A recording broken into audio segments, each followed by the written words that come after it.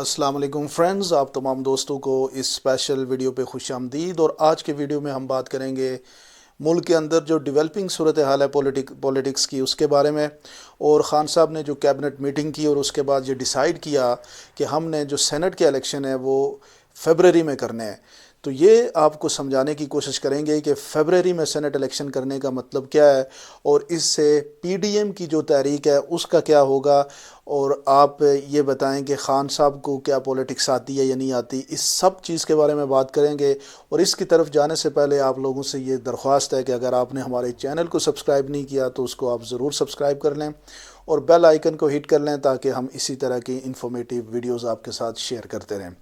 تو اب آتے ہیں ویڈیو کی طرف، اور آج کا ہمارا جو بیسک ٹاپک ہے وہ یہی ہے کہ خان صاحب نے جو کیبنٹ میٹنگ میں یہ ڈیسائیڈ کیا کہ ہم نے پاکستان کے جو سینٹ کے الیکشن ہیں ان کو فیبرری میں کرنا ہے۔ اور اس کے علاوہ خان صاحب نے ایک اور امپورٹنٹ بات اس سارے پروسیس کے حوالے سے کی کہ ہمارا جو سینٹ الیکشن ہوگا وہ شو آف ہینڈز کے طریقے سے ہوگا، نہ کہ سیکرٹ بیلٹ ہوگا، جس میں سم ٹائم پاکستان کے اندر جو ہسٹری آپ کو پتہ ہے کہ سینٹ کا الیکشن پاکستان کی ہسٹری میں سب سے آپ یوں کہہ سکتے ہیں کرپٹ الیکشن ہوتا تھا، جس میں لوگ پیسے دے کے سینیٹر منتخب ہوتے تھے، کروڑوں اربوں روپیہ خرچ کرتے تھے اور پاکستان کی سینٹ کا حصہ بنتے تھے۔ اور اس طرح کے الیکشن کا نقصان یہ ہے کہ وہ لوگ کوئی کسی طرح کے پارٹی کے خیر خواہ نہیں ہوتے تھے، بلکہ اسپیشل اپنے پیسہ استعمال کر کے وہ ملک کے اندر پاکستان کے سب سے امپورٹنٹ جسے کہتے ہیں ہاؤس کا حصہ بنتے تھے۔ اب خان صاحب نے اس میں داندھی کا سسٹم ختم کرنے کے لیے سپریم کورٹ کو کہا ہے کہ وہ اپنی فائنڈنگ دیں کہ شو آف ہینڈ سے الیکشن ہونا چاہیے یا نہیں ہونا چاہیے۔ اور اس کے علاوہ جو ہمارا جو ایک اور خان صاحب نے بات کی ہے سپریم کورٹ کی کہ ہم اس الیکشن کو پہلے کرانا چاہتے ہیں، یعنی فیبرری میں کرانا چاہتے ہیں، تو اس کے بارے میں کوئی حکم ہے تو وہ بھی سپریم کورٹ جو ہے وہ کلیریفائی کرے گی۔ اور ساتھ میں جو ہمارے پارلیمانی امور کے مشیر ہیں بابر اعوان، انہوں نے یہ بتایا کہ سینٹ کے الیکشن کے بیسکلی تو اس کے ٹینیور کو پورا کرنے کے بعد ہوتے ہیں، لیکن پہلے بھی کیا جا سکتا ہے۔ تب تک جن لوگوں کے ٹینیور موجود ہیں وہ ادھر ہی رہیں گے، ان کو وہاں سے ہٹایا نہیں جائے گا، بلکہ جو نئے سینیٹر منتخب ہوں گے ان کو سینیٹر الیکٹ کہا جائے گا، جس طرح سے امریکہ کے اندر جب پریزیڈنٹ منتخب ہوتا ہے تو اس کو پریزیڈنٹ الیکٹ کہا جاتا ہے۔ تو جب یہ اپنی مدت پوری کر لیں گے تو پھر اس کے بعد جو نئے سینیٹر ہوں گے وہ ہاؤس کا حصہ بن جائیں گے۔ تو یہ تو بیسکلی سینٹ کے الیکشن کے حوالے سے جو بیسک جو طریقہ کار تھا اس کے بارے میں ہم نے بات کی۔ اور اب جو سب سے امپورٹنٹ بات ہے وہ پی ڈی ایم کی تحریک ہے۔ پی ڈی ایم کی تحریک کا اس سارے پروسیس کے بعد کیا ہوگا، آپ کو یہ معلوم ہونا چاہیے کہ پی ڈی ایم بیسکلی جو تحریک تھی وہ ان کا جو پورا فوکس تھا وہ سینٹ الیکشن کو پوسٹ پون کرانے کا تھا، یا سینٹ الیکشن تک ملک کے اندر ایسی صورتحال کریٹ کی جائے کہ پاکستان کے سینٹ کا الیکشن ہی نہ ہو اور حکومت ختم کی جائے اور نیا الیکشن کیے جائیں۔ یہ ان کا پروسیس جو ان کا بیسکلی پلان تھا، وہ پلان بیسکلی اس لیے ختم ہو چکا ہے کہ پاکستان کی عوام ان کی کوئی خاطر خواہ گفتگو سن نہیں رہی۔ پی ڈی ایم کا لاہور کے اندر آپ نے جلسہ دیکھا جس میں لاکھوں لوگوں کا وعدہ کیا گیا اور چند ہزار لوگ بھی وہاں پہ نہیں آئے، اور بری طرح سے یہ جلسہ وہاں پہ فلاپ ہوا۔ تو اب یہ پاکستان کی جو کلیکٹیو آپ وزڈم کی بات کریں تو وہ پی ڈی ایم کے موقف کے ساتھ کسی طرح سے ہم آنگ ہے ہی نہیں، کیونکہ ان کو یہ پتہ ہے کہ یہ تحریک بیسکلی جسے کہتے ہیں کہ ان کی ذاتی چوری چھپانے کی تحریک ہے۔ اس پہ پاکستانی سیٹلڈ ہو چکے ہیں، پاکستانی اس بات کو ایکسیپٹ کر چکے ہیں کہ یہ پی ڈی ایم کے جو بیٹا بیٹی جو ہیں دونوں پاکستان کے بڑے لیڈروں کے سو کالڈ بڑی پارٹیوں کے لیڈروں کے، یہ اپنے ابو بچاؤ تحریک کی طرف پیچھے لگے ہوئے ہیں۔ ان کا مین فوکس یہ ہے کہ ابو بچ جائیں۔ تو اب ابو بچیں گے یا نہیں بچیں گے یہ فیصلہ تو بعد میں ہوگا، لیکن ان کی جو پولیٹیکل انہوں نے جو ایک ماحول بنایا تھا اس ماحول کو خان صاحب نے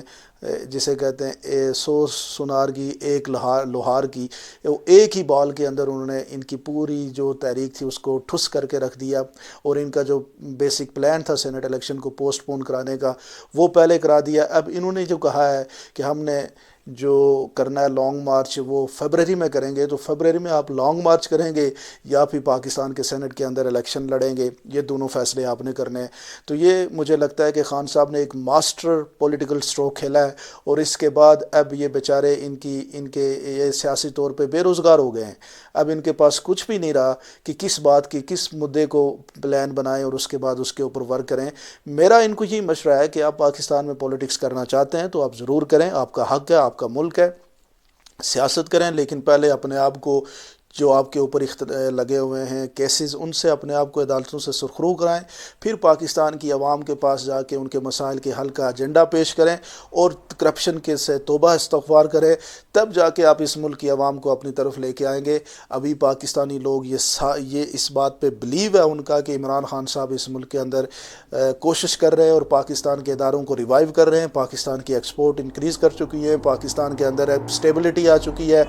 پاکستان کی اکنامک کنڈیشن بہتر ہو چکی ہے، 2-2.5 سال کے اندر اس ملک کو انہوں نے ایک ٹریک پہ لگا دیا ہے۔ تو یہ ساری وہ پلسز ہیں جو خان صاحب کے ہیں اور اس پہ پاکستان کی عوام ایگریڈ بھی ہے۔ مہنگائی جو پاکستان کا جو بیسک ایشو ہے، اس کے اوپر خان صاحب کو کام کرنا پڑے گا۔ جب یہ مہنگائی کم ہو جائے گی تو ڈیفینیٹلی جو لوگ چھوٹی موٹے اختلاف رکھتے بھی ہیں وہ بھی ختم ہو جائے گا۔ تو بیسک فوکس جو ہونا چاہیے وہ مہنگائی کو ختم کرنے کے لیے ہونا چاہیے۔ خان صاحب کو اب پولیٹیکلی کسی قسم کا ہمیں دور دور تک کوئی مسئلہ نظر نہیں آ رہا۔ اگر سینٹ کا الیکشن ہو جاتا ہے تو اس کا بینیفٹ یہ ہوگا کہ جیسے ہی سینٹ کے الیکشن میں پی ٹی آئی کی اکثریت ہو جائے گی، اس اکثریت کا فائدہ پی ٹی آئی کو یہ ہوگا کہ جو بھی یہ قانون پاس کرانا چاہتے ہیں، پہلے جب قانون پاس کراتے تھے تو قومی اسمبلی سے قانون تو پاس ہو جاتا تھا، سمپل میجارٹی تھی، لیکن سینٹ میں آ کے ان کی بات نہیں سنی جاتی تھی کیونکہ سینٹ میں اپوزیشن میجارٹی میں تھے۔ اب تقریباً 60-65 کے قریب سینیٹر وہاں سے ریٹائر ہو جائیں گے، ان کی جگہ پہ نئے سینیٹرز آئیں گے اور سب سے زیادہ جو سینیٹر ہٹیں گے وہ مسلم لیگ نون کے ہیں، اس کے بعد پیپلز پارٹی، پی ٹی آئی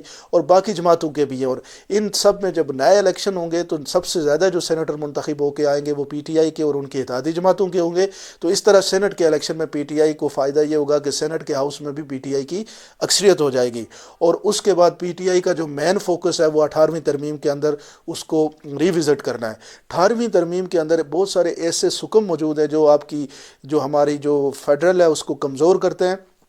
بہت سارے ایشوز ایسے ہیں جن میں فیڈرل فنڈ تو صوبوں کو کر دیتا ہے، لیکن اس کے مسائل جب صوبے حل نہیں کرتے تو جواب بھی فیڈرل کو دینا پڑتا ہے۔ تو اس طریقے سے 18ویں ترمیم کے حوالے سے پاکستان کے بہت سارے لوگ اس چیز پہ ایکسیپٹڈ ہیں، ان کا مائنڈ کلیئر ہے کہ اس ترمیم کی وجہ سے بے شمار جگہوں پہ کچھ سکم باقی رہ چکے ہیں جن کو ختم کرنا ہے، اور وہ سکم انشاءاللہ پی ٹی آئی دور حکومت میں ختم ہو جائیں گے، اور پاکستان کے اندر جو ہے آپ کا جو وفاق ہے اس کی مضبوطی کا دور شروع ہوگا، ایک سنکرنائزیشن کا دور شروع ہوگا۔ یہ جو مدر پدر ادا صوبوں کو بتایا گیا ہے جو پیسہ تو لے لیتے ہیں لیکن اس کے بعد اس پیسے کو خرچ کہاں کرتے ہیں جی ان سے کوئی نہیں پوچھتا، ان ساری چیزوں پہ چیک اینڈ بیلنس کو پروموٹ کیا جائے گا، اور ایک بہترین کوہرنس قسم کا سسٹم ڈیولپ کیا جائے گا جس میں صوبے اور وفاق مل کے پاکستان کی بہتری کے لیے ایفرٹ کریں گے۔ آپ کیا سمجھتے ہیں ضرور مجھے کمنٹ سیکشن میں بتائیے گا، اور ہمارے چینل کو سبسکرائب کیجیے گا۔